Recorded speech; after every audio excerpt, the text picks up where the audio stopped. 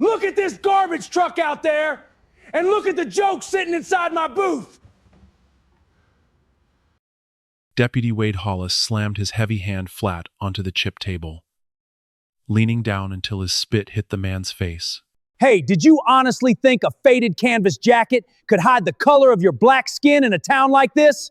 We don't do passing through here, especially not for your kind. Theodore Marsh didn't flinch. His hands remained completely still around his warm coffee mug. Hollis let out an ugly, echoing laugh, his jaw twisting with pure malice as he snatched the mug and poured the steaming liquid right over Theo's open palms. Look at me when I'm speaking to you, you absolute zero. You're a nobody driving a stolen vehicle, reeking of cheap weed, and the record in this county is exactly whatever I write down. Get your filthy hands off my bench before I lock you in a hole where people like you rot forever. He didn't have a single clue. He didn't know that the worn jacket covered a federal Department of Justice credential. He didn't know this quiet man was the newly confirmed United States Attorney for the Western District, the highest-ranking federal prosecutor in the state. And in exactly 60 minutes, when 6 black government SUVs tear through this corrupt small town, Deputy Hollis will realize he didn't just arrest a drifter. He just signed his own prison sentence. But to understand how the most powerful prosecutor in the state ended up with scalded hands in a roadside diner, letting a small-town deputy believe he was nothing, you have to understand who Theodore Marsh really was. And you have to understand why he came back to Cottonwood Bend at all. The dust on the road into town had not changed in 40 years.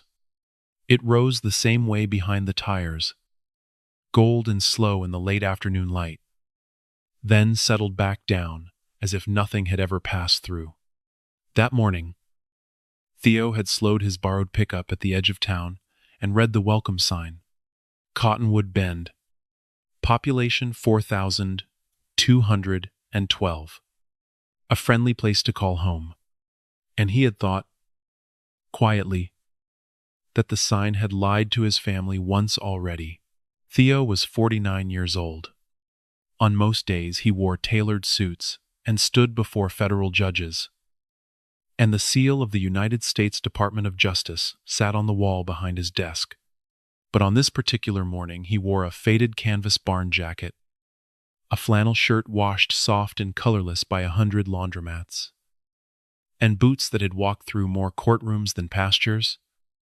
Though no one looking at him would have guessed the first thing about that, in the breast pocket of that flannel, right over his heart, sat a small brass harmonica, worn smooth at the edges, its silver plating long since rubbed down to the warm yellow underneath. It had belonged to his father. He carried it everywhere now. He had carried it through his swearing in just 9 days earlier, when a federal judge had administered the oath and a clerk had handed him the seal of his office. He carried it the way other men carry a wedding ring, as proof that something had survived. He had come back to Cottonwood Bend to bury a lie, not a body. His father had been gone for 22 years, buried 2 states east, far from this place. The lie was older than that. Eli Marsh had owned a small repair garage on the south end of Cottonwood Bend in the years before Theo was born. A clean, honest business that fixed tractors and trucks and anything with an engine. And one autumn night in 1983, 3 deputies of the Cottonwood Bend Sheriff's Office had dragged Eli Marsh out of that garage, beaten him in the gravel lot until 2 of his ribs cracked, and arrested him on a charge they invented: receiving stolen property. The proof was a single carburetor, placed in his toolbox by the very men who arrested him. Eli had no cameras. Eli had no union. Eli had no brother-in-law in the department. He had a 6th-grade education, a wife who cleaned houses for a living, and a 9-year-old son who watched the whole thing happen from the doorway of the garage. That son was Theo. He was 9 years old that autumn night, and he stood frozen in the dark, while 3 grown men beat his father into the gravel. And he could do nothing. He was too small to fight, too small to stop it, too small to do anything at all but stand there and cry. And then run home and cry harder in his mother's arms, while she held him and rocked him and told him, over and over, that there was nothing he could have done. The conviction followed Eli Marsh for the rest of his life, like a second shadow. He lost the garage. He lost the town. He spent his last 40 years unable to vote, unable to get a loan, unable to look his son in the eye without the weight of it pressing down on both of them. But the boy who watched from that doorway did not forget. Theo Marsh carried that night inside him for 40 years. He carried the sound of his father's ribs cracking, and the laughter of the deputies, and the helplessness of being a child who could do nothing, while the law itself, the thing that was supposed to protect them, put its boot on his family's neck. And on the day his father lost everything, a 9-year-old boy made himself a promise that he was far too young to understand the cost of. He promised that he would leave this rotten town, and that he would learn the law better than the men who had weaponized it. And that one day, no matter how long it took, he would come back and clear his father's name with his own 2 hands. He had no idea, at 9 years old, that the promise would take 40 years to keep Baghdad. He only knew that he hated, with a pure and patient hatred, the kind of men who invent lies, who manufacture evidence, who dress up cruelty in the costume of the law, and call it justice. He spent the next 4 decades becoming the one thing those men could never survive. He became the law done right. But Eli Marsh had taught his son one thing above all others. And he had taught it with the harmonica. When they take everything from you, he used to say, holding the little brass instrument up to the porch light, they can't take the song. You hold the song. You wait. And one day, the song comes due. Theo had spent 26 years becoming a lawyer so that the song could finally come due. And now he had the authority to reopen his father's case, to pull the original file out of the basement of the county courthouse, and to do what no one had ever bothered to do. Read it. He suspected what he would find. He had built his whole career on suspecting what powerful men hide in their paperwork. But before any of that, before the diner, before the cell, Theo drove slowly through Cottonwood Bend. And what he saw on those streets told him that nothing had changed in 40 years. The machine that broke his father was still running, and it was still hungry, and it was still feeding on the same kind of people on the corner of 3rd and Mercer, outside a check-cashing store. He saw a young black woman standing on the sidewalk with 2 small children pressed against her legs, watching a tow truck haul away an old sedan, while a deputy leaned against his cruiser and wrote her a ticket and smiled while he did it. The woman was not crying. She had the flat, hollow look of someone who had stopped expecting to be heard a long time ago. Theo slowed the truck and rolled down his window, and he heard the deputy say, loud and lazy, that the car smelled like something, and that she could come down to the impound lot and argue about it if she thought she was so smart. Theo watched the 2 children watch their mother be humiliated. He watched the older one, a boy of maybe 9, clench his small fists at his sides, and Theo felt something turn over in his chest.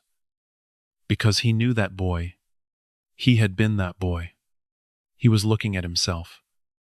40 years ago. Learning the same lesson in the same town.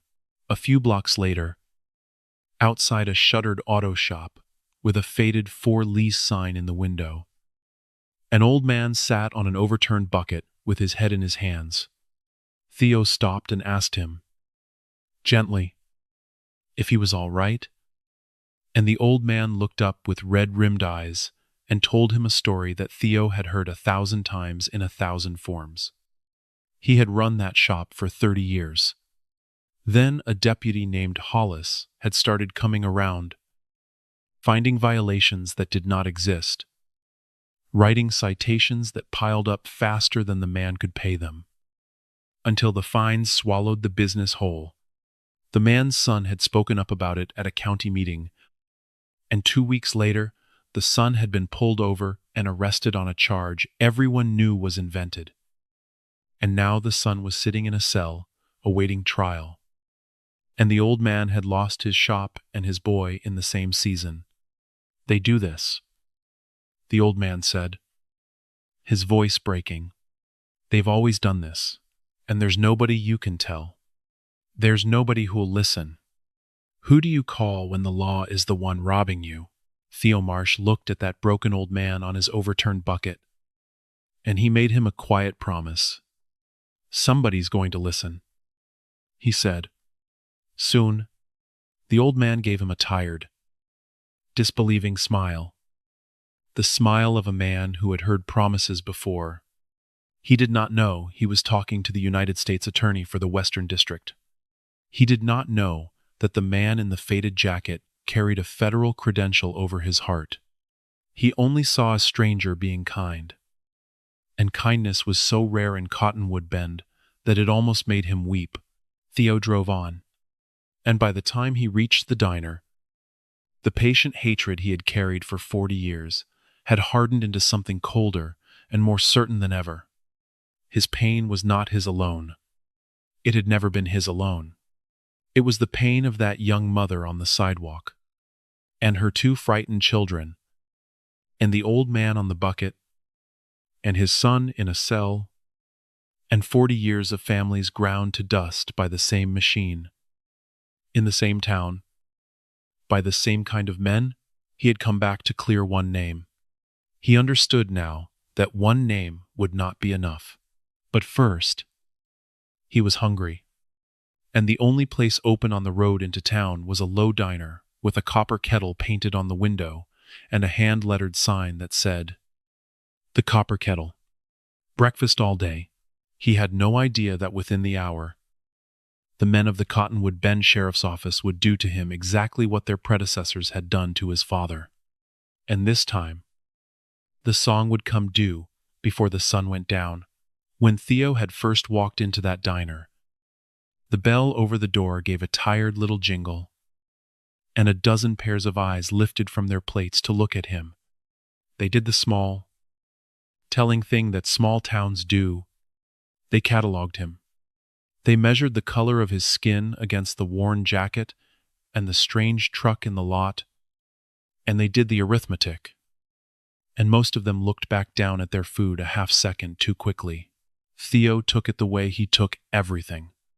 He did not flinch. He did not shrink. He walked to a booth by the window, sat down, and folded his hands on the chipped table. A waitress named Doreen came over with a menu and a guarded half-smile. She was perhaps 60, with kind, tired eyes that had clearly watched this room turn cold before. "Coffee on?" she asked. "Please," Theo said. "And whatever the breakfast special is." Something in her relaxed by a single degree, because he had been polite. And politeness in a man the room had already decided to distrust was its own small act of grace. "Comes with grits or potatoes." She said, "Grits." Theo said, "My father used to make them. I never could get them right." She wrote it down, and as she turned to go, the bell over the door jingled again. 2 men in tan uniforms walked in, and the temperature of the room dropped 10 degrees. That was when Wade Hollis saw him. And that was when everything you heard at the beginning happened. The garbage truck, the booth, the word boy, the coffee poured over Theo's open hands. The record is exactly whatever I write down. Through all of it, Theodore Marsh did not move.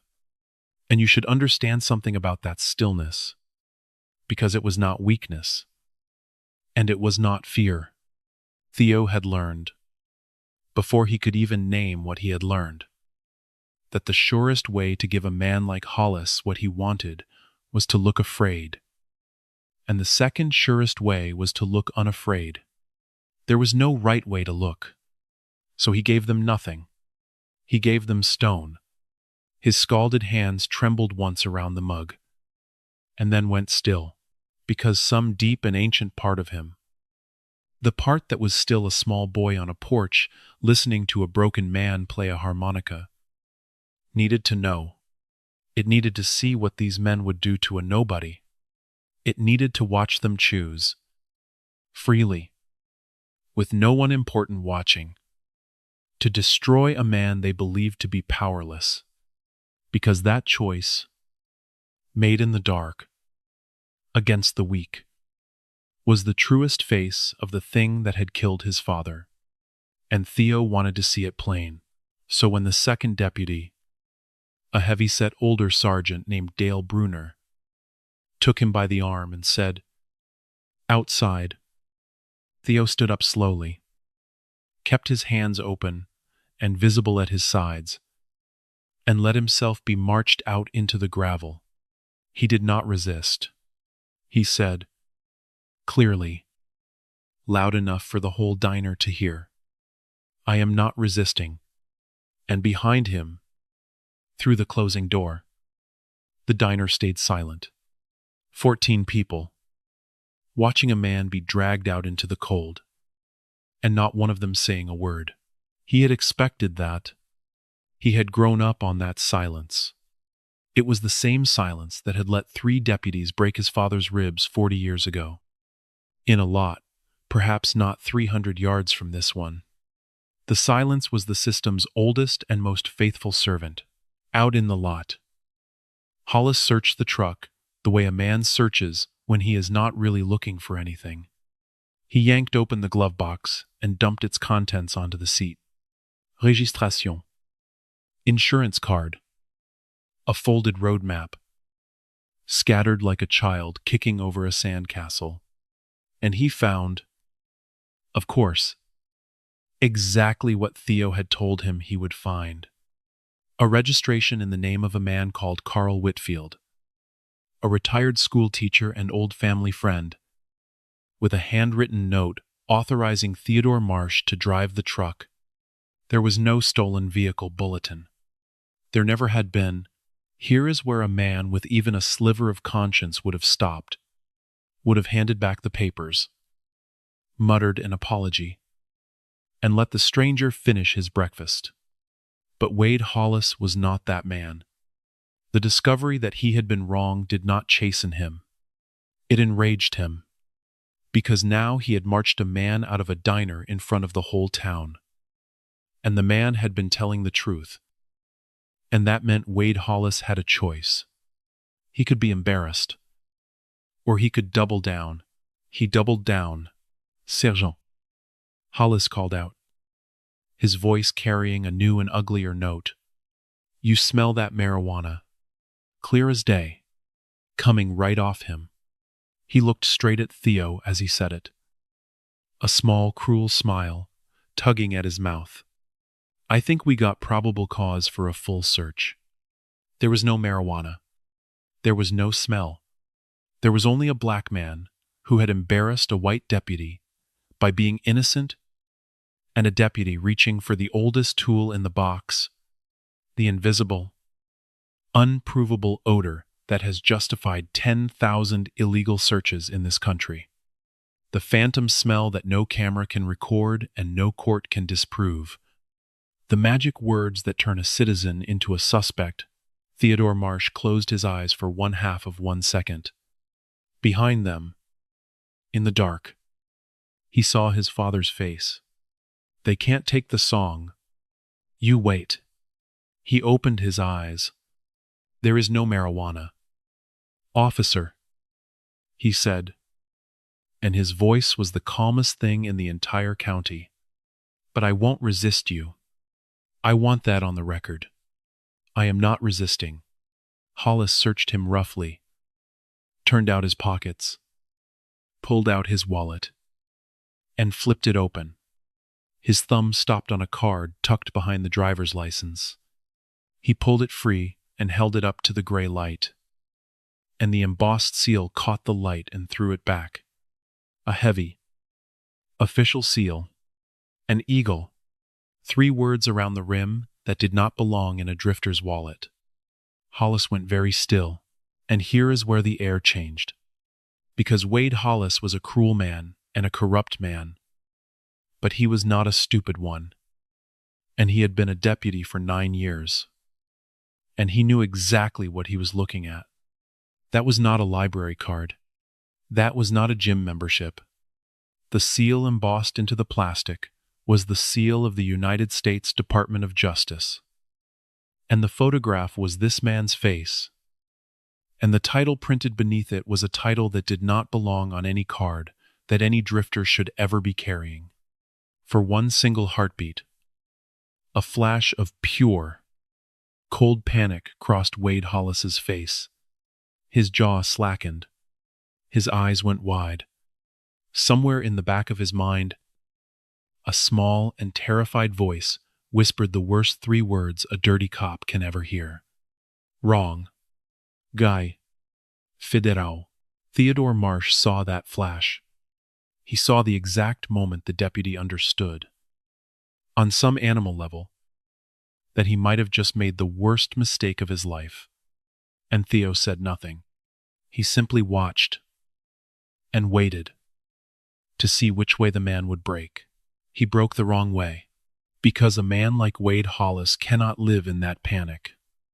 A man like Wade Hollis has spent his whole life learning that the only way out of a mistake is to commit to it harder, to double the bet, to make the lie so big and so loud that no one dares to question it.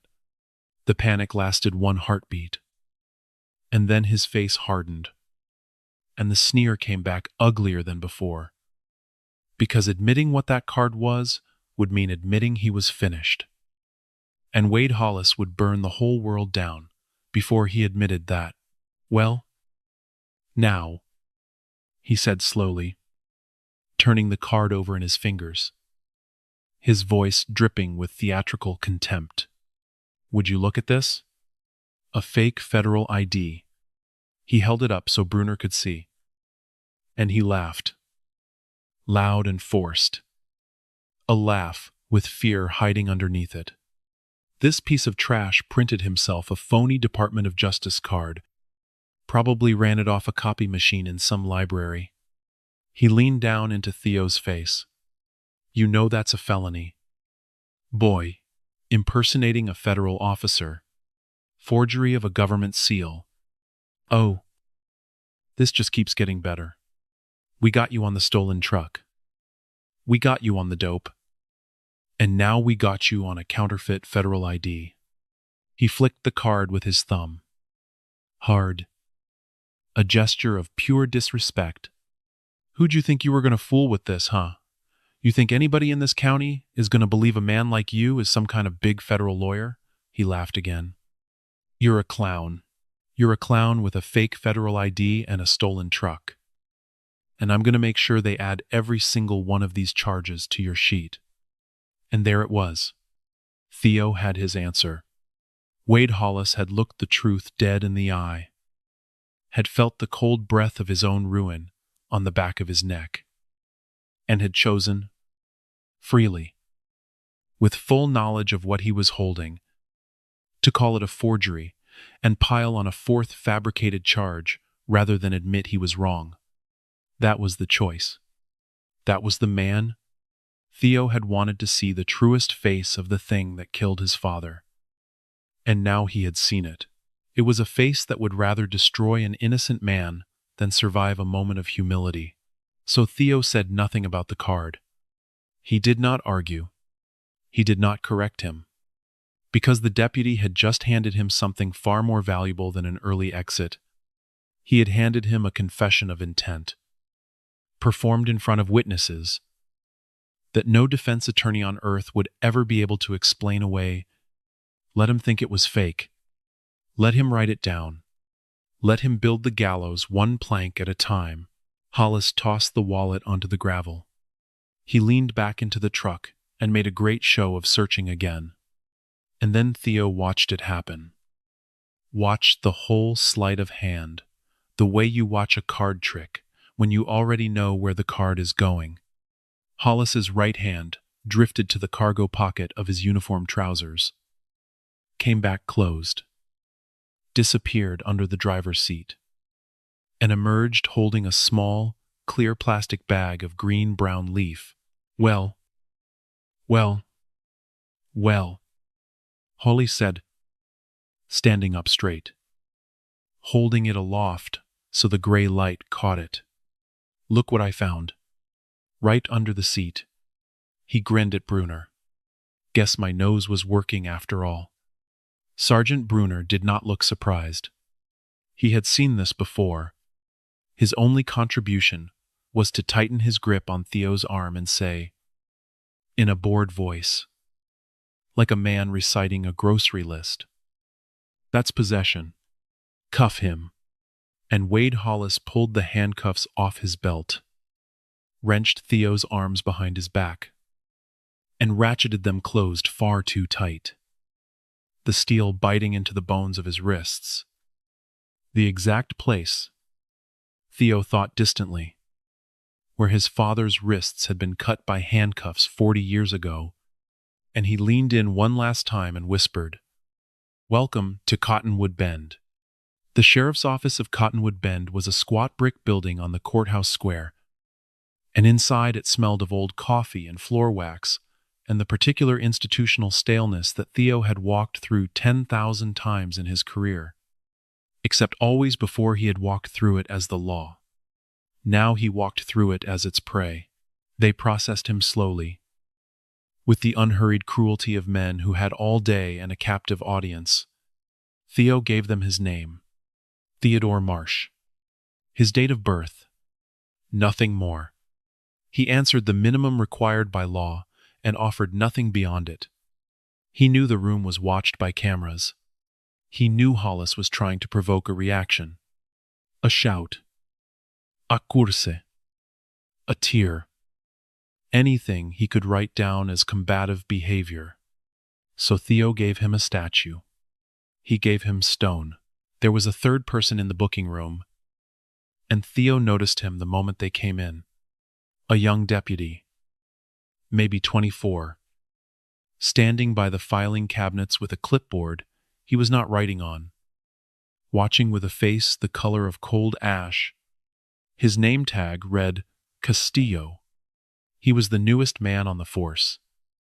And from the way his throat worked when Hollis laughed, and the way his eyes kept dropping to the floor, Theo understood that Deputy Castillo knew exactly what he was watching. He had seen the baggie come out of Hollis's pocket. He had heard the lie about the smell. He was watching a crime committed by the men sworn to prevent crimes, and he was doing what everyone in the diner had done. He was staying silent. Theo caught his eye for 1 second. He did not glare. He did not plead. He simply looked at him. Allons. Level. Knowing, look. The look of one human being telling another, "I see you, and I know that you see this too." And then he looked away, and let the young man carry the weight of it. And then, through a half-open office door, Theo heard the voice of the man at the top of the machine. Low, gravelly, satisfied. Sheriff Cormac Lentz, who had run Cottonwood Bend for 22 years. "Marsh," the voice said. "We got another one. Thinks he can drive through here in a fancy truck. Charge him full. And make sure the report's clean. We don't need any more headaches from the state this year. Make sure the report's clean." Theo closed his eyes. There it was. The whole rotten architecture of it, spoken aloud through a half-open door. Not one bad apple. A barrel. A sheriff coaching his deputy on how to write a falsehood so it would survive scrutiny. A man who had done this so many times the choreography was routine, who spoke of fabricating a man's destruction in the same tone another man might use to order lunch. This was not Wade Hollis's crime. Hollis was a symptom. The disease was the building Theo was standing in, and the man in the back office, and 40 years of buried complaints that had taught every deputy in Cottonwood Bend that there was no price, ever, for doing this to a man like Theo. What Sheriff Cormac Lentz did not know, what he would not know, for another 40 minutes, was that his comfortable chair sat directly above the basement archive of the county, in a cardboard box marked 1983, where a single manila folder held the original arrest report of one Eli Marsh, a report that Cormac Lentz had typed himself, with his own young hands, 40 years ago, and signed at the bottom. The machine had a long memory. It had just never expected that memory to walk back through the front door wearing a borrowed barn jacket. They put Theo in a holding cell, a concrete box with a steel bench, a stainless toilet, and a single buzzing fluorescent tube. They slammed the iron door, and the sound of it echoed down the empty hall. And Theodore Marsh was alone for the first time since the diner. He sat on the cold bench. He flexed his fingers against the bruises and the burns, and then, slowly, he reached up to his breast pocket. They had not searched it carefully. His fingers closed around the small brass harmonica that had belonged to his father. He held it in both hands in the buzzing light. He did not play it. He just held it. And he thought about Eli Marsh sitting in a cell exactly like this one 40 years ago, with cracked ribs, and no lawyer, and no camera, and no song coming due, while a 9-year-old boy waited at home in the dark, listening for a father who would come back, a broken man. That boy had waited 40 years for this. And that was the whole secret of his patience. The reason he had not shouted his name in that diner. The reason he had let them put the cuffs on. In the reason he had let Hollis call his federal credential a forgery and stack a fourth false charge on top of it without saying a single word in his own defense. A man who has waited 40 years does not rush the final hour. He had not come back to win an argument with a deputy. He had come back to take a trap and turn it inside out, to gather every lie they would tell, to let the whole machine reveal itself in the daylight, and then to bring it down so completely that it could never be rebuilt. His father had not had the one thing that changed everything, but Theo had spent 40 years becoming it. Theo had a phone call coming. He was permitted that call 90 minutes later, and Deputy Castillo was the one who came to get him. The young man unlocked the cell without meeting his eyes, walked him down the hall to a wall-mounted phone, and stood a few feet away while Theo dialed. And as Theo lifted the receiver, he spoke quietly, not turning around, in a voice meant for the young deputy alone. "How old are you?" "Deputy Castillo." The young man startled. 24. 24. Theo nodded slowly. "You saw where that baggie came from, didn't you?" Silence. Then, barely audible, "I'm not supposed to talk to you." "I know," Theo said gently. "I know exactly what you're supposed to do." "So?" "You're supposed to do what everybody in that diner did. You're supposed to look at the floor." He paused. "I just want you to remember something. In about an hour, when things change, I want you to remember that you had a choice today, and there's still time to make it the right one. That's all. You don't have to answer me." The line clicked. A voice answered, crisp and instantly awake. "This is Reyes." Special Agent Marisol Reyes was the senior United States Marshal for the district, and she had personally overseen security for Theo's swearing-in 9 days ago. She had given him her direct line and told him, with the flat seriousness of a woman who did not say things she didn't mean, Sir, if you are ever in a situation, you call me, day or night, and I will come. Marisol, he said quietly. It's Theo Marsh. A half-second pause. Sir, everything all right? No, Theo said. It is not. And then, in the calm, precise language of a man who had given testimony 1,000 times, he told her everything.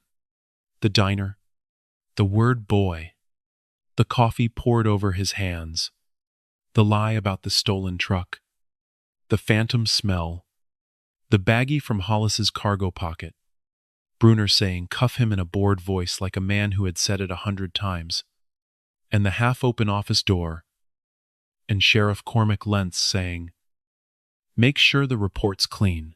When Marisol Reyes spoke again, her voice had gone very cold and very quiet. The voice of a woman who had just understood that someone had laid hands on a federal officer of the United States and was about to learn what that meant. Sir, have you identified yourself to them? No, Theo said. Do not. Her voice was iron. Do not say one more word to them. Sit tight. I am going to make some calls. And then I am going to come to Cottonwood Bend. And I am going to bring people. How long can you hold? Theo looked down the hallway at the buzzing fluorescent light. At the iron door. At the young deputy pretending not to listen and failing. I've held for 40 years. He said quietly. I can hold another hour. While Theo waited in his cell and the federal convoy ate up the miles, something else was happening. Something no one in the sheriff's office could see. And that would matter as much as the marshals themselves. Back at the Copper Kettle, the lunch crowd had not recovered from the morning. People had gone back to their plates. But the food had gone cold, and the conversation had gone quiet. Doreen, the waitress, moved between the tables with a face like a closed door. She had watched a polite man, a man who said please and thank you, a man who told her he could never get his grits right because his father used to make them, get called boy in her diner and have scalding coffee poured over his hands. And she had not said a word. And the not saying had been sitting in her stomach like a swallowed stone ever since. Doreen was 63 years old. She had worked that counter for 31 years. She had seen Wade Hollis do this before. Not exactly this, but close enough, and each time she had told herself it was none of her business. That a waitress keeps her head down. Each time the stone had gotten a little heavier, and this time, she found she could not carry it anymore. She went into the back, took out her phone, and did a thing she had never done in 31 years behind that counter. She started writing down what she had seen. The exact words Hollis used. The lie about the truck. The way the man had asked. So carefully. Before reaching for his wallet. She wrote it all down while it was fresh. Because some instinct older than her fear told her that this time, somebody was going to ask. And this time, she was going to be ready to answer. And she was not the only one. At a corner table, a young farmhand named Eddie had filmed part of it on his phone. Not all of it. He'd been too scared to hold the camera up the whole time. But enough. Enough to show Hollis pouring the coffee. Enough to show the man being walked out with his hands open and visible. Saying clearly, on the audio, I am not resisting. Eddie had nearly deleted it twice out of fear. He didn't. Something stopped his thumb each time. The blue wall of Cottonwood Bend had stood for 40 years because of one thing, and one thing only. The certainty, shared by everyone in town, that nothing would ever change. That speaking up would cost you everything and accomplish nothing, that the silence was simply the weather, and you did not argue with the weather. The whole machine ran on that certainty. And right now, in a diner, and in a holding cell, and in a young deputy's trembling hands over a keyboard, that certainty was beginning, quietly, invisibly, irreversibly, to crack, because inside the sheriff's office, Deputy Mateo Castillo was supposed to be typing the arrest report. Sheriff Lentz had told him to write it clean, to record the phantom smell as established fact, to put his name at the bottom and sign it, and Castillo sat in front of the computer with his hands hovering over the keyboard. And he could not make himself type the words. He kept hearing the man's voice. You had a choice today. And there's still time to make it the right one. He had joined the sheriff's office 2 years ago because his grandmother had told him that the way you fix a broken thing is you get inside it and you hold the line. He had wanted to be one of the good ones, and he understood now, staring at that blinking cursor, that he had been lying to himself the way the whole town lied to itself. There was no line he was holding. There was only a baggie that had come out of Wade Hollis's pocket, and a man in a cell who had done nothing, and a report with a blank space at the bottom waiting for his name. He did not type the words. He saved the file empty, got up, and walked to the window, and tried to remember how to breathe. At 3:47 in the afternoon, the dust rose on the road into Cottonwood Bend. It rose the way it had risen for Theo's truck that morning, gold and slow, in the slanting light. Except this time, it did not rise behind one vehicle. It rose behind six. 6 black government SUVs, federal plates, running in a tight convoy at speed, came up the county road, turned onto the courthouse square, and pulled to a stop in a precise diagonal line in front of the squat brick sheriff's office. The doors opened, and 12 United States Marshals stepped out into the gray afternoon. They wore tactical vests over collared shirts. The words U.S. Marshals stenciled in white across their backs, and they moved with the unhurried, total assurance of people who answer to the federal government of the United States and to no one in Cottonwood Bend whatsoever. At the head of them walked a woman, compact, dark-haired, severe, a federal credential already in her hand and an expression that could have frozen the river. A Special Agent Marisol Reyes. Inside the building, somebody saw them through the front window and shouted, and the comfortable afternoon detonated into chaos. Deputies came up out of their chairs. Wade Hollis came out of the break room with a coffee in his hand and stopped dead. And Sheriff Cormac Lentz came out of his back office, and the comfortable ease was gone from his body, replaced by the first cold thread of an emotion he had not felt in 20 years. Uncertainty. The front doors opened, and Marisol Reyes walked in, and her voice rang off the cinder block walls. A Special Agent Marisol Reyes. United States Marshals Service. I am looking for a man taken into custody this morning. His name is Theodore Marsh. Where is he? For one long moment, nobody said a single word. And then Sheriff Cormac Lentz, 22 years, the master of this building, stepped forward and tried to put the authority back in his voice. Now hold on. This is my jurisdiction. We've got a man in custody on a narcotics charge. A drifter. Possession. It's a clean local arrest. And I don't know what business the federal government has. A drifter. Marisol Reyes repeated. That's right. With no local ties. That's what I said. She looked at him for a long, terrible moment. And then she said, very quietly, in a voice that carried to every corner of the silent room, Sheriff, the man you arrested this morning, The man you have been calling a drifter. The man your deputy poured scalding coffee over and planted marijuana on in the parking lot of the Copper Kettle in front of 14 witnesses. The man you instructed your deputy to write a false report about through a half-open door. That man is the United States Attorney for the Western District. He was confirmed 9 days ago.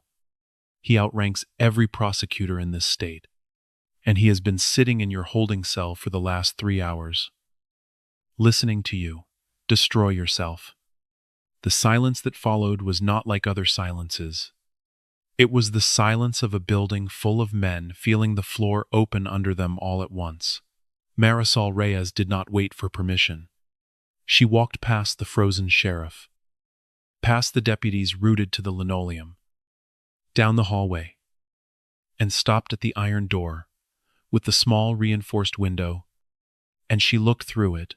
On the other side, on the cold steel bench, a man in a faded barn jacket sat with his burned hands open in his lap and a small brass harmonica resting in his palm. He looked up, and when he saw her face through the glass, Theodore Marsh, who had not let a single emotion cross his features in 3 hours of deliberate humiliation, let out a long breath, and something in his shoulders eased. "Open this door," Marisol said to the deputy behind her. "Now." The keys rattled. The lock turned.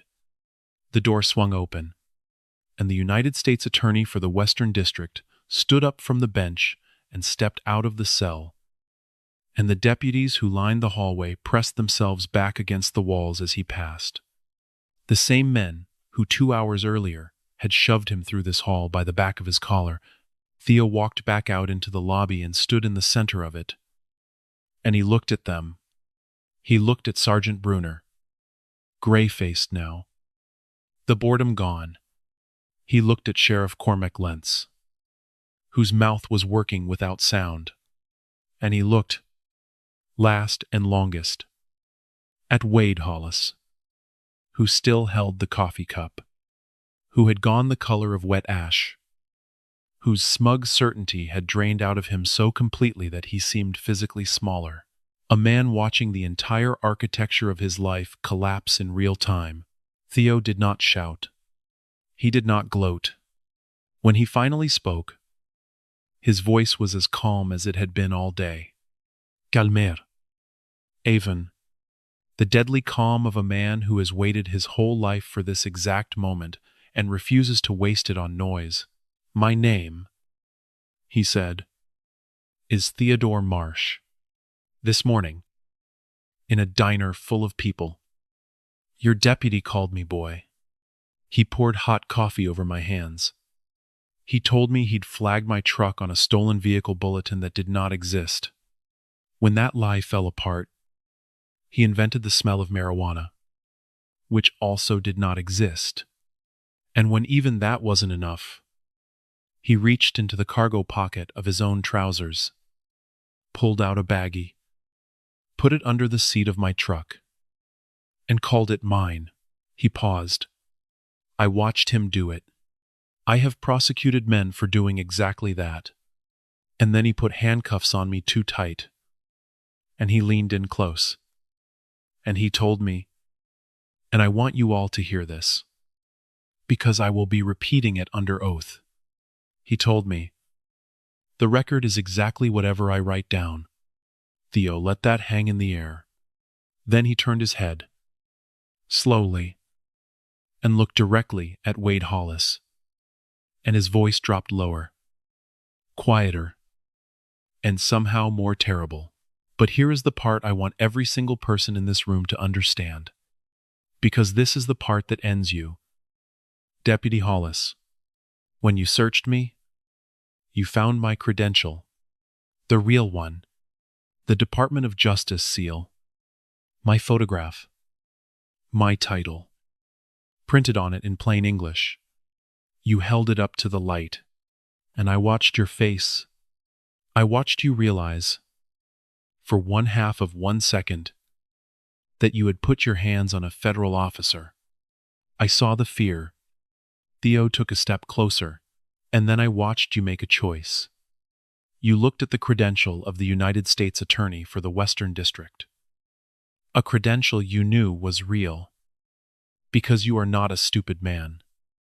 And you decided to call it a forgery. You decided to charge me with impersonating a federal officer. You decided to humiliate me further, rather than admit, for one moment, that you might be wrong. His voice never rose, but it filled the room like floodwater. You had the truth in your hand. Deputy, you held it up to the sun, and you chose the lie anyway. That was not a mistake. A mistake is when you don't know. You knew, and that choice, made with full knowledge, in front of witnesses, is the difference between a bad arrest and a federal crime. You didn't just fail to recognize me. You recognized me. And you tried to bury me anyway. There is no defense attorney alive who can save you from that. Wade Hollis made a small sound, low in his throat. Like a man stepping off a ledge he did not know was there. The lobby was so silent the fluorescent lights could be heard humming. He was wrong about that. Theo said softly, I am the record. I have always been the record. And so is every witness in that diner. And so is your own deputy. He turned, and his eyes found young Castillo, white-faced by the filing cabinets, who, I believe, declined to sign the false report. You ordered him to write, didn't you? Deputy Castillo. Every eye in the room turned to the young man. This was the moment. The choice Theo had spoken of through the bars of the cell. Castillo stood frozen, and Sheriff Lentz turned his heavy gaze on him. 22 years of authority and threat compressed into a single look that said, remember who signs your checks. Boy, remember the blue wall. Remember what happens to the ones who break it. And Deputy Mateo Castillo, 24 years old, looked at the sheriff, and looked at the United States Attorney, and looked at the floor he had been staring at all morning, the floor the whole town had been staring at for 40 years. And then he lifted his head. And he did not look at the floor anymore. No. Sir, Castillo said. His voice cracked. But he said it. I didn't sign it. I couldn't, because it wasn't true. He turned to face Theo, and the words came pouring out, fast and broken and relieved. I saw it. I saw Hollis take it out of his pocket. There was no smell. There was never any smell. He does this. He's done it before. To other people. And I never said anything. I'm sorry. I'm sorry. Sir, I should have said something a long time ago. You're saying something now. Theo said gently. That counts for more than you know. And that was the sound of the blue wall of Cottonwood Bend cracking. Not with a gunshot, but with the shaking voice of a 24-year-old who had finally decided to stop looking at the floor. Wade Hollis found his voice at last. And it came out as a desperate, scrambling whine. Sir, Mr. Marsh, there's been a misunderstanding, a mix-up. I was acting on. I had reason to believe. The smell. I genuinely thought. Sir, I have a family. You have a family, Theo repeated. He looked at Hollis for a long moment. So did the last man your department did this to. He had a wife who cleaned houses to keep the lights on. And he had a 9-year-old son who stood in the doorway of his garage and watched 3 of your predecessors beat his father into the gravel. That boy could do nothing. He was too small. So he stood there. And he cried. And he never, ever forgot. Something moved behind Theo's eyes. Something old and deep. His name was Eli Marsh. He owned a garage on the south end of this town. And in the autumn of 1983, 3 deputies of this office dragged him out into the gravel, broke 2 of his ribs, and arrested him on a charge they manufactured, the same way you manufactured mine. He died with that conviction on his record. He never got to clear his name. Theo let the silence stretch. I was that boy in the doorway. I have waited 40 years to walk back into this town. And you, deputy, you just gave me the last piece of evidence I needed. Theo's voice did not rise, but it filled the entire room. I came back to Cottonwood Bend to clear it. I came to read a 40-year-old file. I did not expect to spend my first afternoon back in a cell, watching the very same machine that destroyed my father reach out to do it again. To a man it believed was nobody. He looked around the silent lobby, but maybe that's exactly what I needed to see. Because now I'm not just clearing one name, now I'm taking the whole machine apart. And then he turned, slowly, to Sheriff Cormac Lentz, who had gone very, very still. Sheriff Lentz, you were a deputy in this office in 1983, weren't you?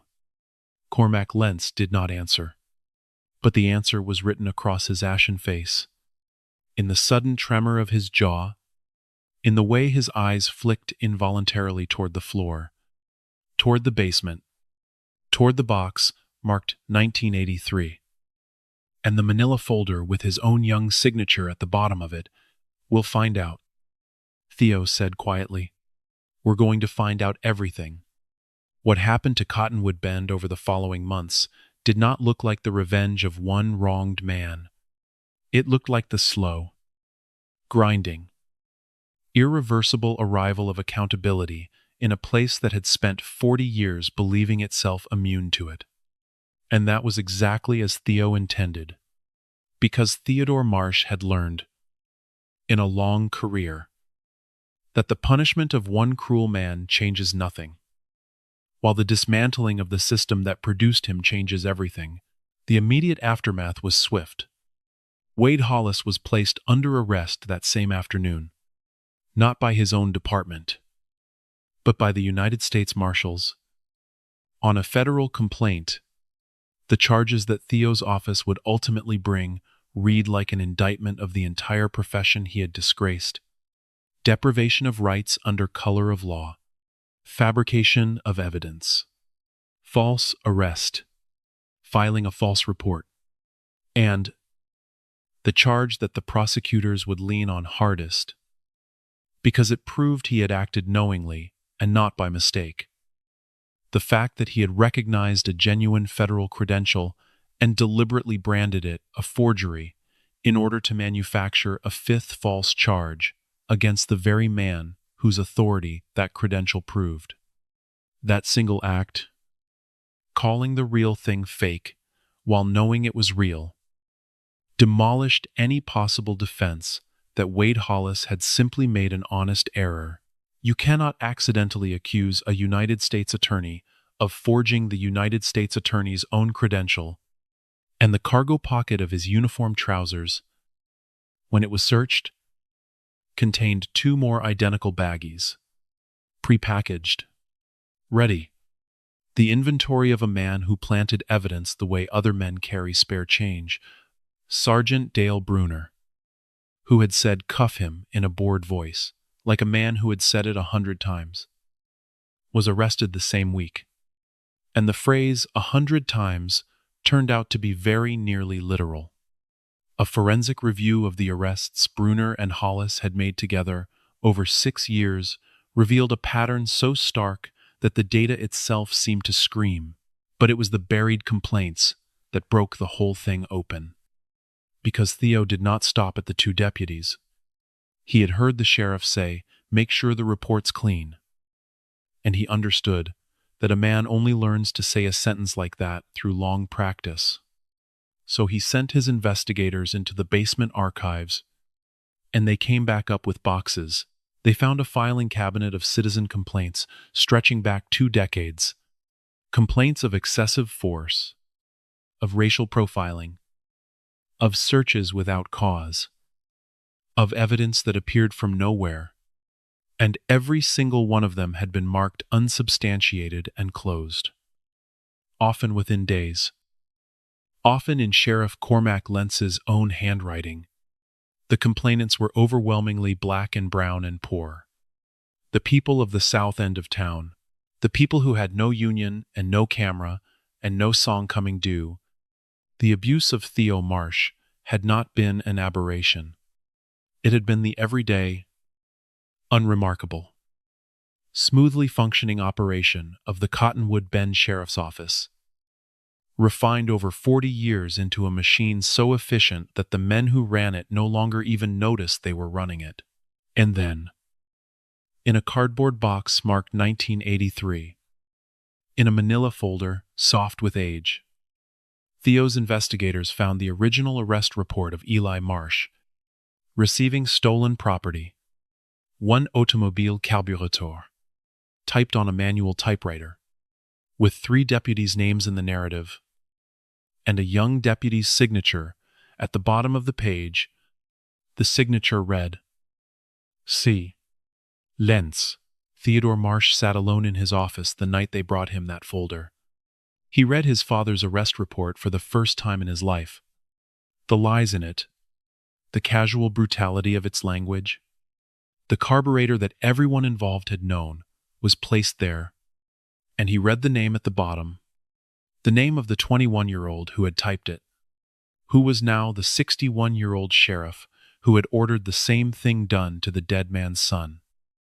40 years later, and Theodore Marsh, who had not wept in front of another human being since his father's funeral, sat alone in the lamplight and held the brass harmonica to his chest, and wept, because the song had finally come due, and his father had not lived to hear it. But Theo did not stop at grief, and he did not stop at arrests, because these stories do not end with one cruel man in a cell. They end with the machine taken apart and rebuilt, or they do not truly end at all. The Department of Justice opened a full pattern or practice investigation into the Cottonwood Bend Sheriff's Office, and within 18 months, that investigation produced a federal consent decree, a binding court order that placed the entire department under independent federal oversight for the next 10 years. Every deputy would now wear a body camera that could not be switched off at will. Every stop, every search, every arrest would be logged and audited by a monitor who answered to a federal judge, and not to the sheriff. A civilian review board, with subpoena power and real teeth, was established to hear the complaints that had spent 40 years dying in a filing cabinet, and every single conviction that Wade Hollis, Dale Brunner, and Cormac Lentz had ever touched was pulled on a B1 for review. Hundreds of cases, hundreds of lives, hundreds of people who had been told, as Theo had been told, that the record was exactly whatever someone else wrote down. Many of those convictions fell. Men and women who had spent years carrying a fabricated charge like a second shadow, losing jobs, losing housing, losing the vote, losing the simple right to be believed, had their records cleared, one after another, in a courthouse that had spent 40 years working against them, and now, finally, worked for them. Theo's office handled each one personally. He had promised, standing in that lobby, that he would take the whole machine apart, and he was a man who kept his promises with the patience of someone who had waited his entire life to make this one. Among the first cases his office reopened was that of an old man who had once run an auto shop on the edge of town, and whose son had been arrested on an invented charge 2 weeks after speaking up at a county meeting.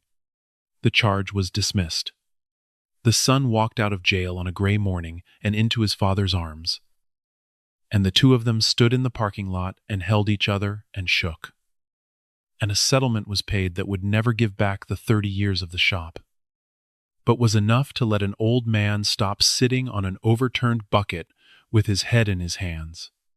And the young mother Theo had seen on the corner of 3rd and Mercer, the one with 2 small children pressed against her legs, the one whose car had been towed on a lie.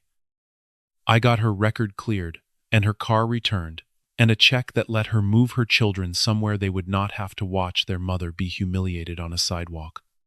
Theo never told her who he was. He only made sure it was done, because his pain had never been his alone. And neither, now, was the justice. Cormac Lentz did not go to a maximum security prison. He was 61, and his lawyers were good, and the law moves slowly, even when it moves at all.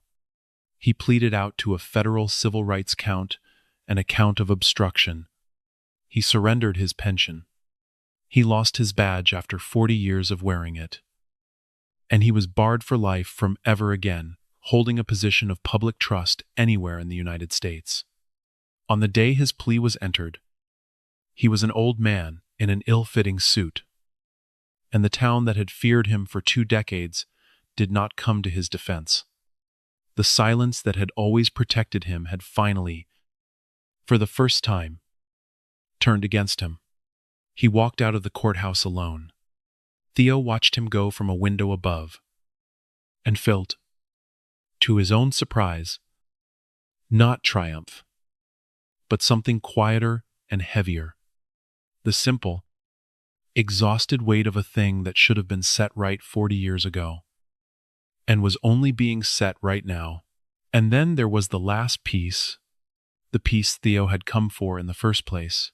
On a clear morning, the following spring, in the same county courthouse where Eli Marsh had been convicted in 1983, a federal judge granted a posthumous writ vacating that conviction in full, finding, on the basis of the original file and the pattern of the men who had created it, that the case against Eli Marsh had been fabricated from the moment a carburetor was placed in his toolbox. The judge ordered the conviction stricken, the charge expunged, and Eli Marsh's name cleared, formally and permanently, in the eyes of the law that had wronged him. Theodore Marsh stood in that courtroom as the order was read. He did not stand as the United States Attorney for the Western District. He stood as a son. And when the judge finished reading and looked up and said, simply, "Mr. Marsh, your father's name is clear," Theo took the small brass harmonica out of his breast pocket, and he held it up to the light the way his father used to hold it up to the porch lamp. And for the first time in that courtroom's 200-year history, a man played a slow, soft, unhurried blues on a harmonica in the well of the court, and no bailiff moved to stop him, and no one in the gallery said a word. And the song that Eli Marsh had told his son to hold, they can't take the song. You wait. One day it comes due. Finally, after 40 years, came due. There is a small park now on the south end of Cottonwood Bend, on the lot where a garage once stood. It was built with funds from a settlement the town paid, and it bears a name on a bronze plaque at its entrance. The Eli Marsh Community Green. Children play there. Old men sit on the benches in the gold afternoon light.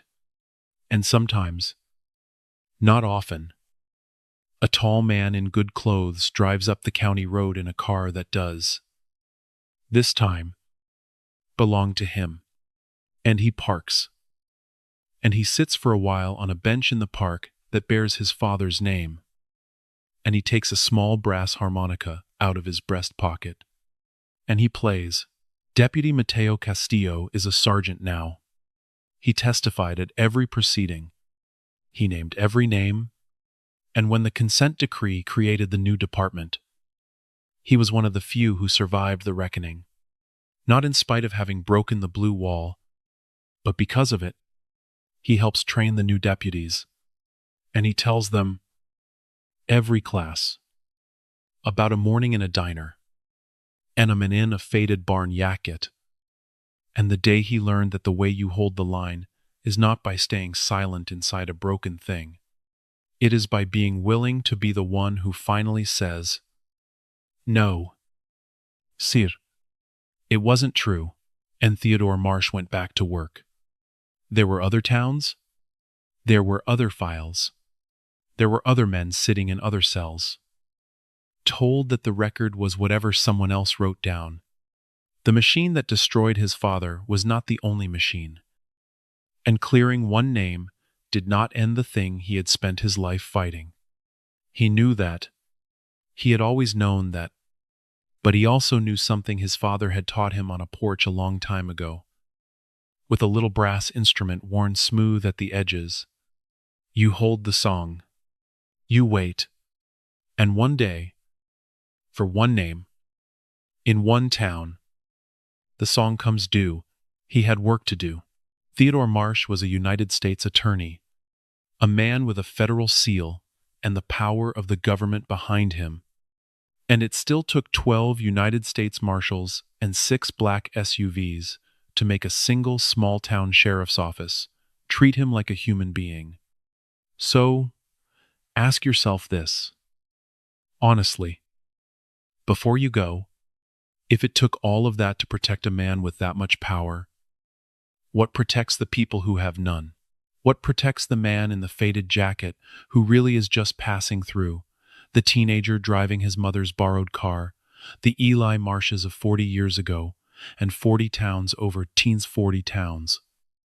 The ones with no camera. No union. No son who grew up to clear their name. How many of them are still sitting in the dark right now, holding a song that may never come due? That is the question this story leaves on the table. Not did the bad cop get what he deserved. He did. The real question is the one underneath it. Who is watching the watchman in your town? If this story moves something in you, do one thing for it. Hit that like button. Because it genuinely helps stories about dignity and accountability reach the people who need them. Subscribe. And ring the bell. Because we bring you stories like this. About justice delayed, dignity defended, and the quiet strength it takes to outlast an unjust system. Every single week. And then tell me in the comments, have you ever been judged, profiled, or treated like nobody before anyone bothered to find out who you really were, what happened? And the harder question, have you ever been the person staring at the floor? The witness who stayed silent? Or were you the one who finally looked up and said, "No, sir, it wasn't true"? Which one do you want to be the next time you see it happen? I read every single comment. Share this with someone who needs to be reminded that the song always comes due. We'll see you in the next one.